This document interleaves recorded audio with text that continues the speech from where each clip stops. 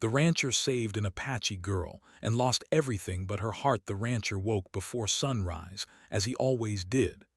The desert was quiet at that hour, almost gentle, before the heat and wind took over. He stepped out of his small wooden house and looked across his land. The fences were old but strong.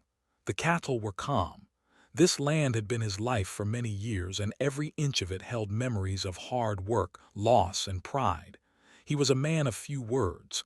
People in nearby towns knew him as fair, steady, and distant. He did not argue. He did not interfere. He believed that if a man worked honestly and harmed no one, he deserved to live in peace. That belief had kept him safe for a long time. That morning, after checking the animals, he rode his horse toward the far edge of his property. A dry wash ran there, cutting through the land like an old scar. Most days there was nothing to see, just dust, stones, and the occasional snake slipping away. But that day something was different. The horse slowed on its own. The rancher felt it before he saw it, a strange stillness, as if the desert itself was holding its breath. Then he noticed a shape near the rocks. At first he thought it was an animal. Then the shape moved slightly. He dismounted carefully and walked closer.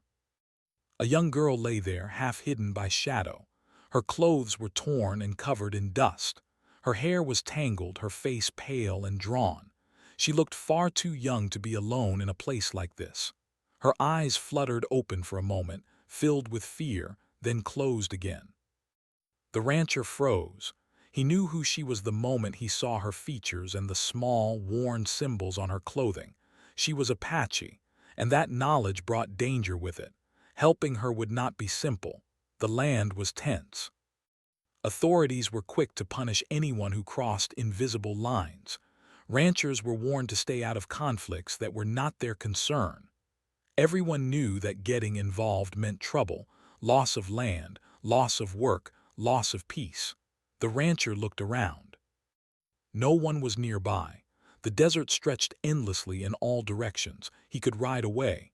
He could tell himself he saw nothing. Many would have. The girl let out a faint sound, barely louder than the wind. That sound broke something inside him. He knelt beside her. She was burning with fever and clearly exhausted. Whatever she had been running from had pushed her far beyond her limits. Leaving her there would be a slow and silent end. He made his choice without speaking it aloud. Lifting her was harder than he expected. She was light but fragile, and he moved carefully, afraid of causing more pain. He placed her on his horse and walked beside them all the way back to the ranch, watching the horizon, alert for any sign of trouble. When they reached the barn, he brought her inside and laid her on clean hay. He fetched water, cleaned her wounds as gently as he could, and covered her with a blanket. She did not wake, but her breathing slowly steadied. The sun climbed higher. The heat grew stronger. The rancher sat nearby, listening to every sound, every movement outside. Each passing minute increased the risk of being discovered. When the girl finally opened her eyes, she tried to sit up, panic flashing across her face. He raised his hand slowly, showing her he meant no harm. "You're safe," he said quietly. "No one's here but me." She did not understand his words fully, but she understood his tone. Her body relaxed slightly, though her eyes never left his face. She studied him the way a wounded animal studies someone it is not sure it can trust. She spoke a few words in a soft, shaking voice. He did not understand them, but he could hear the fear and exhaustion in them. He handed her water. She drank slowly, carefully, as if unsure this kindness was real. Outside, the world went on as usual. A neighbor rode past the far fence. A truck passed on the distant road. Each sound made the rancher tense. By afternoon, the girl was able to sit up. She kept to herself, quiet and watchful. When he brought her food, she hesitated, then accepted it. Their communication was simple, gestures, nods, silence. Yet something unspoken passed between them, an understanding that this moment mattered. As evening approached, worry began to weigh heavily on him. People would notice if she was missing. Questions would be asked. Stories would spread. He had always lived carefully, avoiding attention. Now, without meaning to, he had stepped directly into the path of something far bigger than himself. He stood outside the barn, staring at the sky as it shifted to orange and red. The desert was beautiful at sunset, but that beauty often hid harsh truths. He knew the cost of standing between power and those it wished to control. He thought of his ranch, of the years spent building it, fence by fence, animal by animal. He thought of the quiet mornings and lonely nights. He thought of how easily it could all be taken away. Behind him, the girl stirred. He turned and saw her standing in the doorway, unsteady but determined. She met his eyes and gave a small nod. It was not gratitude exactly. It was something deeper, a recognition. That was when he realized this was no longer just about saving a life. The desert wind picked up, carrying dust across the land. Somewhere far away, a dog barked. The rancher felt it then, a shift, like a door closing behind him. The world he knew was already beginning to change, and there was no turning back. The next morning came slowly, as if the land itself was unsure what it would bring. The rancher woke after only a few hours of rest. He had slept lightly on a chair near the barn, listening for any sound that did not belong. Every creak of wood, every gust of wind had pulled him back to full awareness. When the sun rose, he stepped outside and looked toward the road. Nothing unusual yet. Still, he felt a quiet pressure in his chest that would not leave. Inside the barn, the girl was awake. She sat upright now, her back against a wooden post, the blanket wrapped tightly around her shoulders. Her eyes followed him as he entered. They were sharp, alert, and filled with questions she did not speak. He brought her fresh water and simple food. She accepted them without hesitation this time, though she ate slowly. When she finished, she placed her hand over her heart and spoke a word softly. He did not understand the word, but he understood the meaning. "You can stay here," he said gently. "At least until you're strong enough." She watched his face closely, then nodded once. Throughout the day he went about his work, but nothing felt normal. Every task took longer. His attention was divided. Each time he rode near the fence, he looked beyond it, half expecting someone to be watching. By midday, rumors had already begun to move faster than the wind. A neighbor stopped by under the excuse of borrowing tools. He spoke casually at first, but his eyes kept drifting toward the barn. He mentioned hearing that officials were asking questions nearby. Someone had gone missing. No names were said, but the meaning was clear. The rancher listened without reacting. He had learned long ago that silence often protected more than words. When the neighbor finally left, the rancher stood still for a long time, feeling the weight of the moment settle deeper. That evening, he told the girl to stay hidden while he closed the outer gates earlier than usual. The sun dropped low, painting the desert in fire and shadow. The beauty of it felt cruel now, like a reminder of how fragile peace could be. Later, as darkness wrapped around the land, the girl stepped out of the barn and stood beside him. She was steadier on her feet. Her strength was returning, though her eyes still held caution. She pointed toward the distant hills and spoke quietly. This time she used gestures, tracing paths in the air, shaking her head, showing fear without using a single word. He understood enough. She had been running. Someone wanted to find her. He nodded slowly. "You don't have to explain," he said. "I know enough." She studied him again, as if trying to understand why he had chosen this path. Many men would not have. She lowered her eyes, then sat near the fire pit he had lit. They shared the quiet, watching sparks rise into the night. Days passed like this. Each one brought more tension. People stopped greeting him the way they used to. Conversations ended when he walked into town. A store owner who once joked with him now barely met his eyes. It was not open hostility, just distance. The kind that warned of trouble without saying it aloud. One afternoon, two unfamiliar vehicles drove slowly past his land. They did not stop, but they did not hurry either. The rancher watched from afar, his jaw tight. That night he doubled the locks and slept with his boots on. Inside the barn, the girl grew restless. She paced in small circles, listening to the night sounds. She understood more than he realized. Fear lived in her bones now, trained by experience. One evening she spoke again, more firmly this time. She pointed toward herself, then toward the open land, then shook her head and motioned for him to stay. Her message was clear. She did not want him to suffer because of her. He shook his head. "This was my choice," he said softly. "You didn't force me." She looked away, tears shining but not falling. The pressure finally broke a few days later. A notice arrived, delivered without ceremony. It stated that certain parts of his land were under review. No reason was given. No timeline offered. Just a warning wrapped in polite language. He folded the paper carefully and placed it on the table. He had seen papers like this before, passed quietly to men who stood in inconvenient places. The outcome was almost always the same. That night he sat alone on the porch, staring at the stars. He had spent his life believing that if he followed the rules, he would be left alone. Now he understood how thin that belief had been. The girl came and sat beside him. She did not speak. She simply placed her hand near his, not touching but close enough to feel the warmth. For the first time he allowed himself to admit the truth. Helping her was not a single act. It was a road and he was already walking it. The next morning, officials arrived. They were calm, polite, and careful with their words. They asked routine questions. They looked around. They did not accuse him of anything directly, but their eyes missed nothing. The rancher answered honestly without offering more than necessary. He had learned that skill through years of dealing with people who smiled while measuring how much they could take. When they left, the land felt different, smaller, exposed.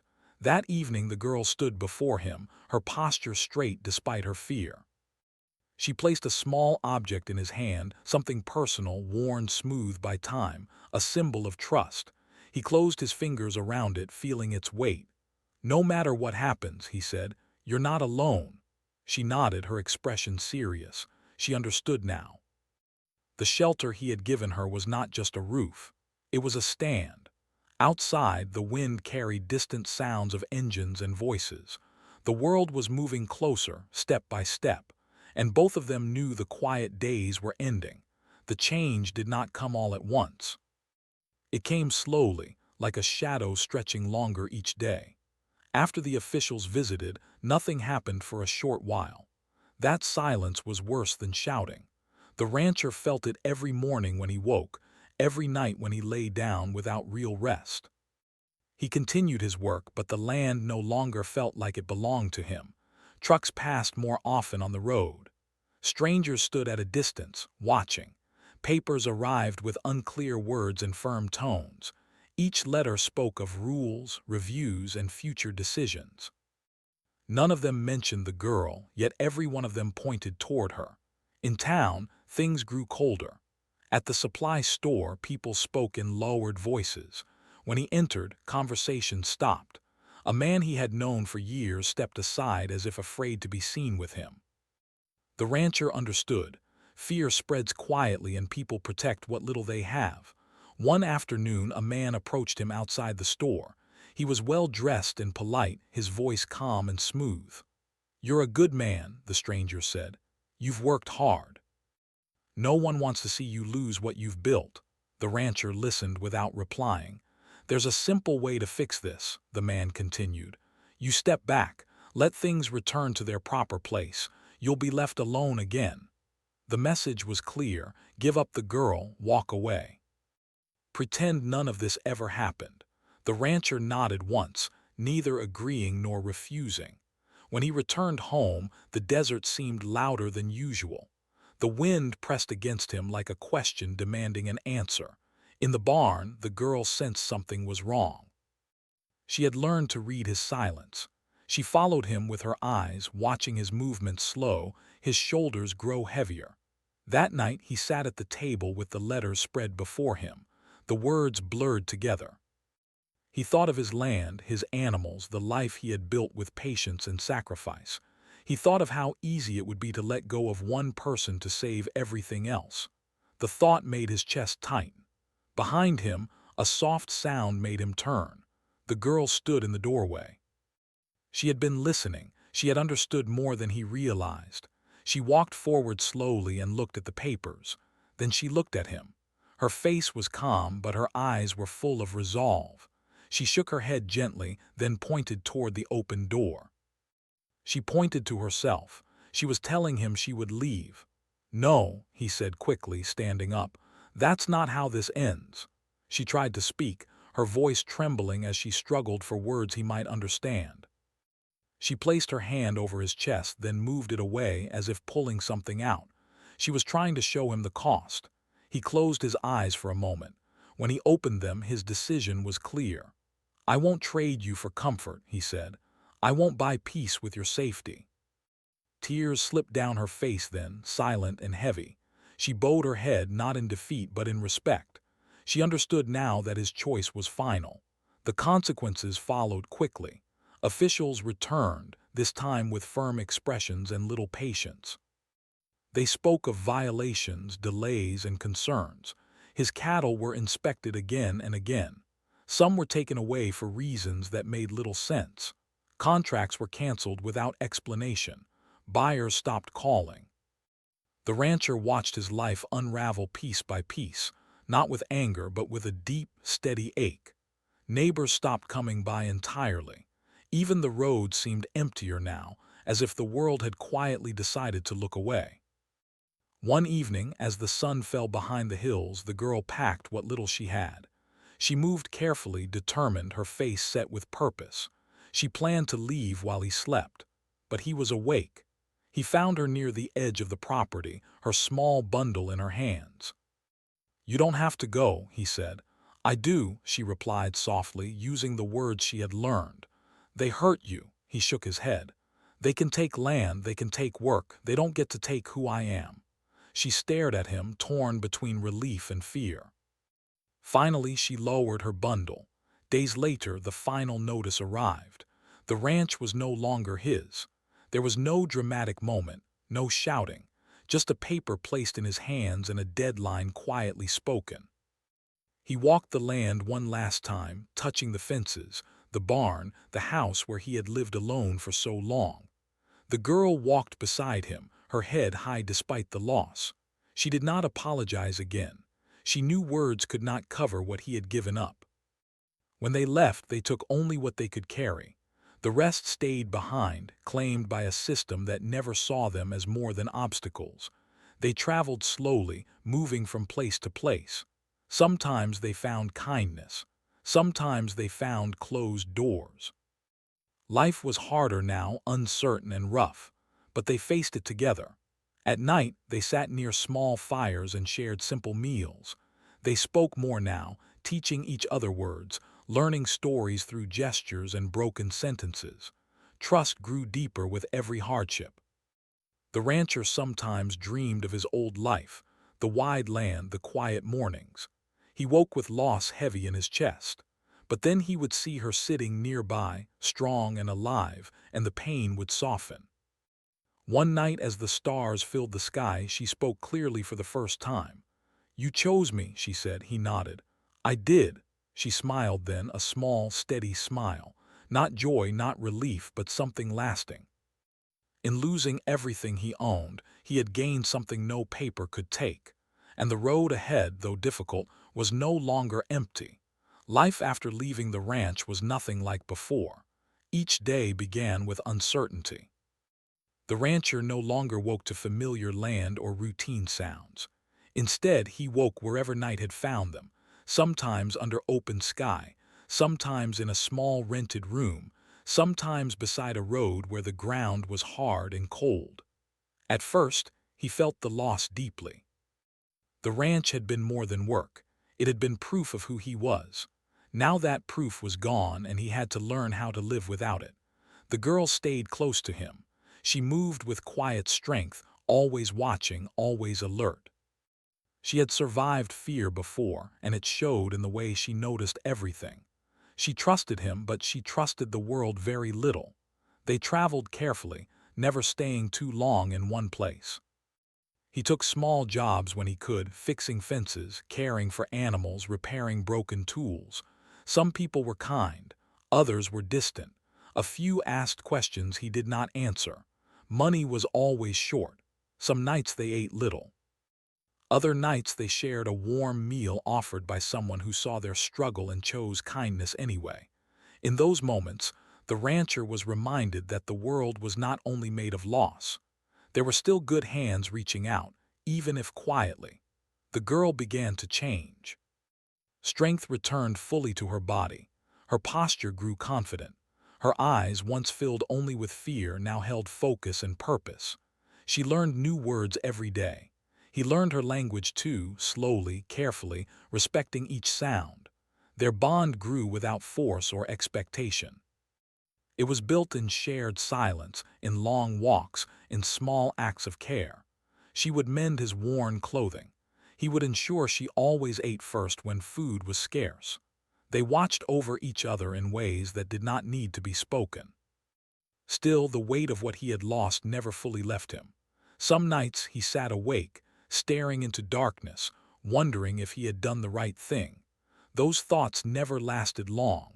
One look at her reminded him why he had chosen the harder path. One evening, they reached a small settlement on the edge of open land. It was quiet, made of weathered buildings and tired people. The kind of place where no one asked many questions. They found work there. The rancher helped with animals and repairs. The girl assisted where she could, learning quickly, earning respect through effort and honesty. People noticed her strength and calm presence. They treated her carefully at first, then with growing acceptance. For the first time in a long while, they stayed longer than a few days. But peace never came without shadow. One afternoon, the rancher noticed unfamiliar men watching from a distance. They were not from the settlement. Their eyes lingered too long. Their questions, asked quietly, carried weight. That night the girl sat close to him, her body tense. "They are looking," she said softly. He nodded. "I know." Fear returned, sharp and familiar. It reminded them that the past was not finished with them. The rancher considered leaving again. He packed their few belongings, ready to move before trouble found them. But the girl stopped him. She placed her hand firmly on his arm and shook her head. "No more running," she said. He looked at her, surprised. Her eyes were steady, strong. She was no longer the injured girl he had found in the desert. She was someone who had chosen her path. "We face," she added. He understood then that protecting her did not mean hiding forever. It meant standing beside her. When the men returned, the rancher did not avoid them. He met their gaze calmly. He spoke with honesty but gave nothing away. The girl stood beside him, silent but unafraid. The men left without incident. After that, something shifted. The settlement people began to look at them differently. Not as strangers, not as trouble, but as two people who had endured and remained standing. The rancher felt something he had not felt since losing his land, a quiet sense of belonging. Months passed. They built a simple life. Not an easy one, but a steady one. He worked hard. She grew confident, respected. Laughter returned slowly, first rare, then more often. One evening, as the sun set low, they sat together watching the land stretch wide and open before them. It was not his ranch, but it was beautiful in its own way. "I used to think land made a man," he said quietly. She looked at him, listening. "Now I know," he continued, "a man is what he chooses when it costs him everything." She reached for his hand then. This time she did not stop short. Their fingers intertwined naturally, without fear. "You chose right," she said. The weight in his chest eased, not disappeared but softened. They still faced hardship. Life did not suddenly become kind. But they faced it together openly, without regret. The rancher no longer measured his worth by what he owned. He measured it by who walked beside him. And though the world had taken almost everything from him, it had not taken his heart. That, he realized, was something no one could ever claim. Time moved forward in quiet ways, not marked by big events but by small moments that slowly built a new life. The rancher and the girl, now a young woman, no longer counted days by fear. They counted them by work done, meals shared, and nights passed without running. They stayed in the settlement. At first it was meant to be temporary. Then weeks turned into months. No one forced them to leave. No one came looking anymore. The world, which once felt so close and heavy, slowly loosened its grip. The rancher aged during that time, not suddenly but gently. His hands grew rougher from new kinds of work.